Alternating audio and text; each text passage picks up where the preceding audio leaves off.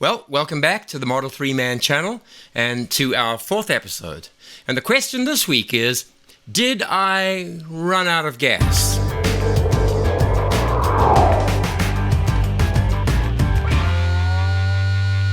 Now, one of the best ways to enjoy your Model 3 is to take it out for a long or an extended run. I don't mean just going across town. I'm talking about getting in the car and traveling for hours and hours and going somewhere distant. A few weeks back, we had the opportunity to do a fairly long local trip to a city named Kelowna. Kelowna is not in itself noteworthy. It lies at a distance of about 407 kilometers from where we would leave in North Vancouver. It's not the trip that is noteworthy. It's the elevation in between. But before we get to that, somewhere on YouTube this week, Casey Neistat announced his 10 millionth subscriber. 10 millionth subscriber. When I started on YouTube, the idea of 10 million seemed absolutely unfathomable. I mean, 10 million subscribers. And elsewhere on YouTube, Peter from Model 3 Man gained his 1,000th subscriber.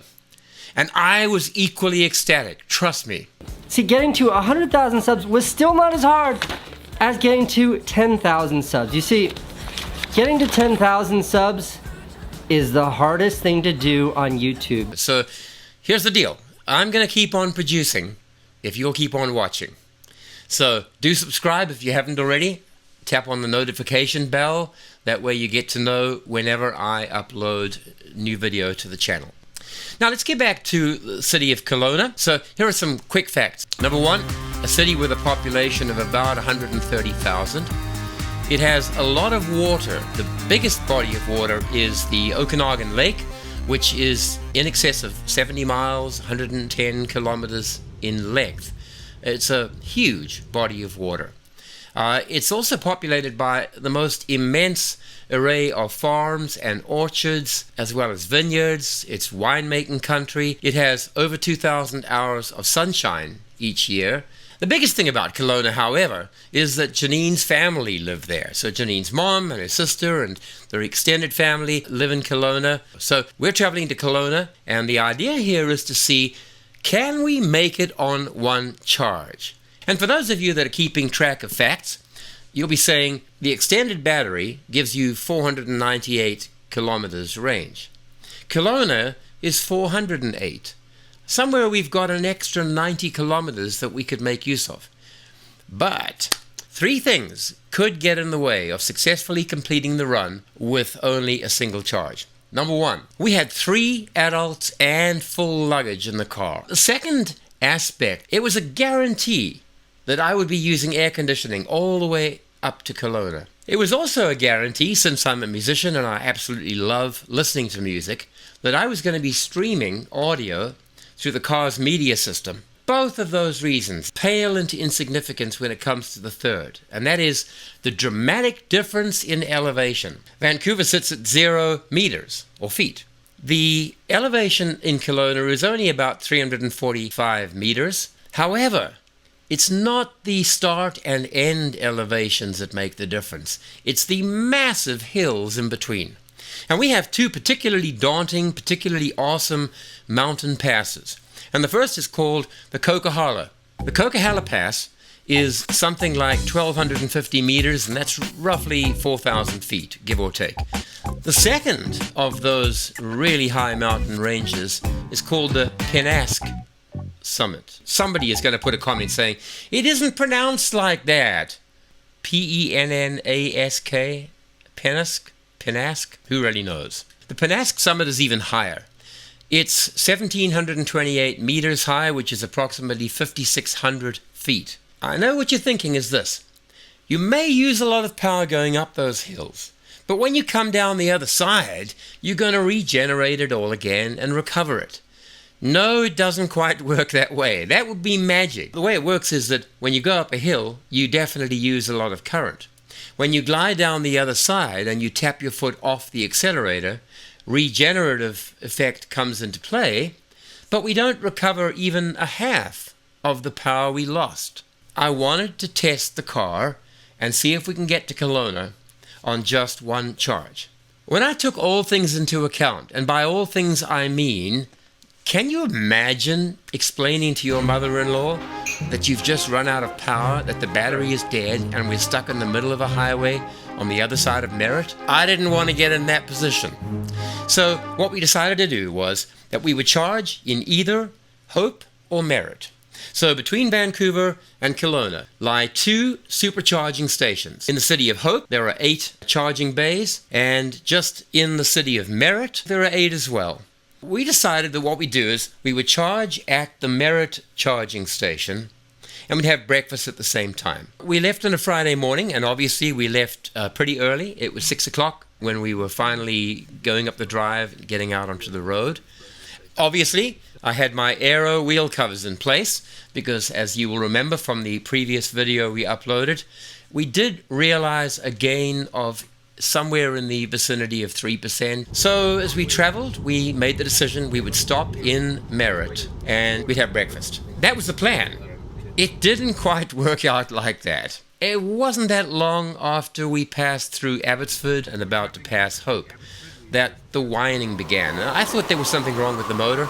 I thought that we honestly were going to have to stop and there was an issue.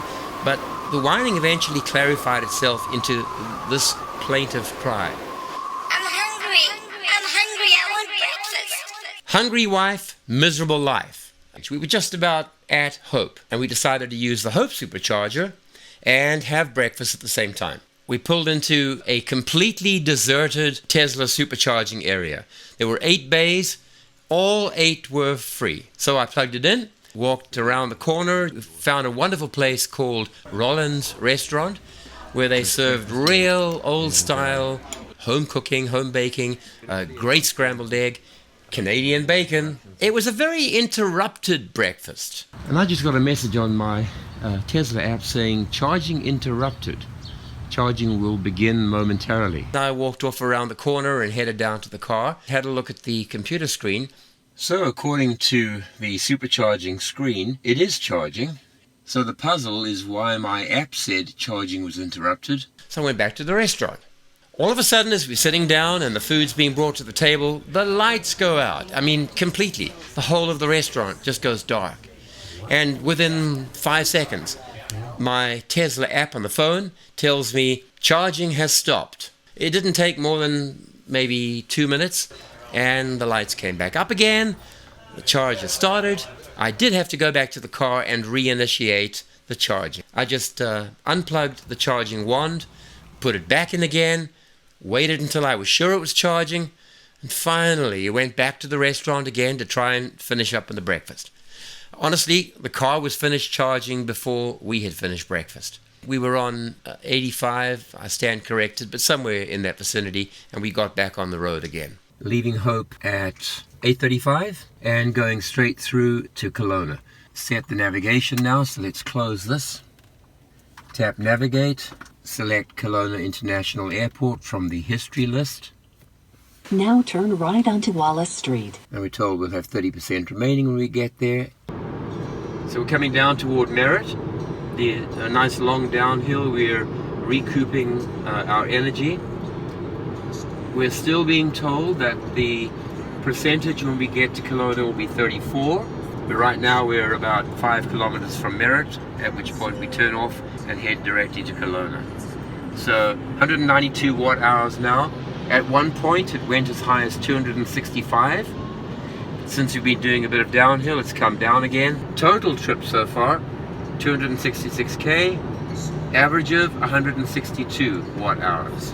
I'm going to skip a whole lot. We obviously passed Merritt, turned back onto Okanagan Connector, and the Okanagan Connector is where the Pennask Summit appears, where we go up 5,000-6,000 feet. Here we are on the Princeton Highway heading towards Kelowna, and we have a change of driver. My trusty sidekick, Janine. Give us a thumbs up.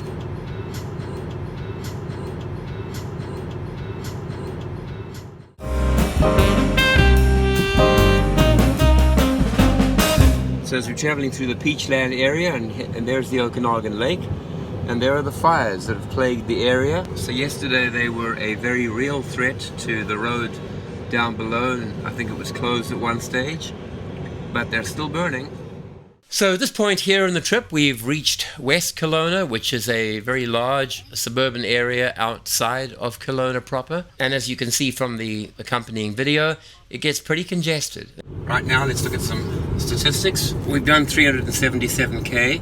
Our average watt hours are 158. Prediction is 30% on reaching Airport Way.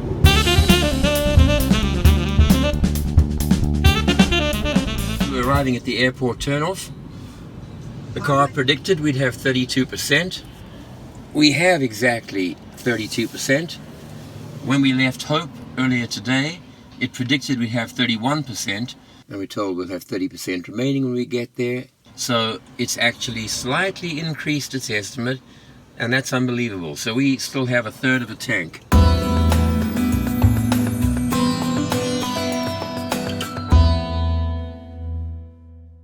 We're going to pop across to the supercharger here at Kelowna and just top up. Kelowna supercharging station. There are 1, 2, 3, 4, 5, 6, 7, a total of 8 bays, and we have 4 Teslas. Model S, my Model 3, and 2 other S's.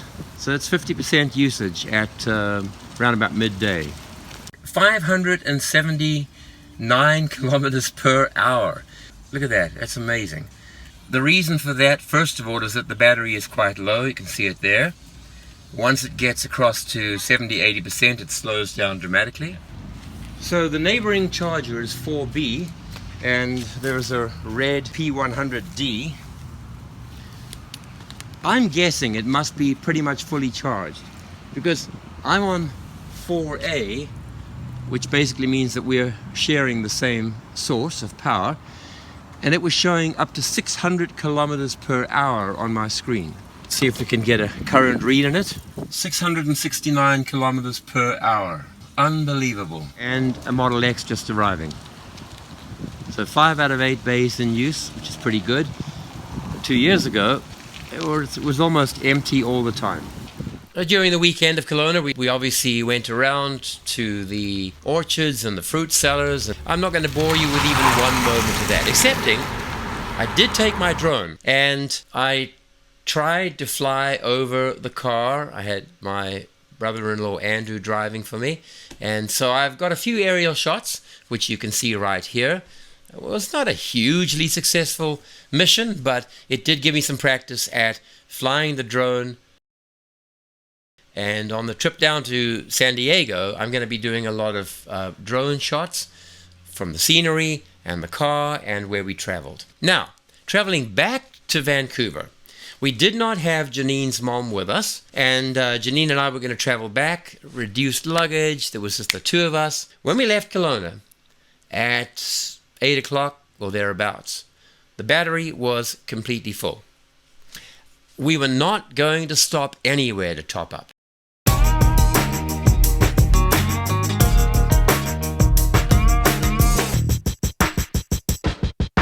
So right now we're on the road from Kelowna. We're heading back to North Vancouver. We just went up the very, very long, steep hill on the connector, which is roughly 20 kilometers. It was absolutely effortless. I've always had combustion cars, and going up that hill has always been an exercise in stress. But I found myself actually speeding up the hill. I had to take my foot off a little, so that was great. As we've been cutting down the hill now, I can see the regen is building up the kilowatt hours back into the battery. We used air conditioning solidly, and I had it turned up quite high. We streamed music. I've got to tell you one thing about the LTE service. Do you know that for the entire duration of that trip, all the way from Kelowna right through to Vancouver, the signal never dropped once? Admittedly, it reduced to 3G on occasion. My phone cancelled on me 3 times, giving me the no service message. And we had streamed music the whole way along. I'm having a little bit of a challenge here with the screen constantly recalculating my route. However, it continues to calculate literally every minute. I'm going to ask Janine to turn the camera onto the screen. Give it a few more seconds and it goes into the calculating route again. Oh. There we are, it's recalculating now, which is ridiculous. So we're descending a long hill, heading down toward Merritt. That's given us a lot of regen capability. The battery is on 68%. The projected percentage when we arrive home says 15.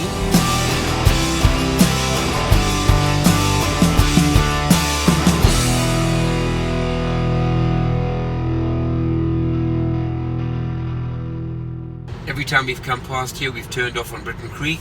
Is it here? Yes. Yeah, it's here. Okay, we turn left here. Look anxiously to see if the vendor is here. Yes, he And is. he is. Let's park somewhere close. No, park far away from other cars. Oh, well, far away from other cars. Oh, look here, chargers. Oh my goodness. So this is the first of the BC Hydro. This is the Power Corporation of British Columbia. Almost stuffed in here. Just the veggie slice. Perfect. That's it.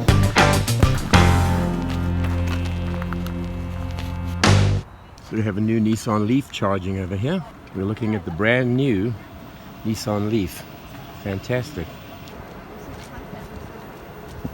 So it's just great to see other people getting into the electric vehicle way of thinking, and absolutely beautiful little car. And the new Nissan Leaf is really great. Okay, so we're getting back onto the road. That was a great stop at Britton Creek. So right now it tells us that we will have 18% when we get home. It's still doing that weird calculating thing. It just does that every 1 or 2 minutes. I have no idea. Gonna have to Google that. So here's the absolutely amazing thing. When we left Kelowna, the car told us that we would get back with 20%. When we got back to Vancouver, we had, believe it or not, 21% remaining charge on that battery. We traveled 403.5 kilometers. Call that 404. The range predictor tells us we still have 118 kilometers we could manage. If we add 400 and 118, it's 518. Add the 3, it's 521. Let's call it 520. It tells us we can do 520 kilometers on a charge. Elon told us we could do 498. That's 22 additional kilometers. We're getting more than was predicted. We're getting more than was expected. That's unbelievable. That is a clear sign that Elon was underselling the car. It can do better than it predicts. In the Nissan Leaf, the range predictor was it was just a guessometer. This is a range prediction system that is highly accurate. It knew the hills, it took into account speed, road speed, and gave me a prediction in the beginning of 20%. It's beating it by 1%. I am impressed. We've got some great episodes coming up. We're going to look at the top 10 reasons to choose a Model 3. That'll be one video. We're looking at a series of videos as we travel down to San Diego. So I'll be vlogging, and every 2 or 3 days I'm going to upload new segments. So that's it for today. Thank you for your support. Thank you for the views. If you have not yet subscribed, please do it now. Tick the notification bell, and we'll see you in the next video.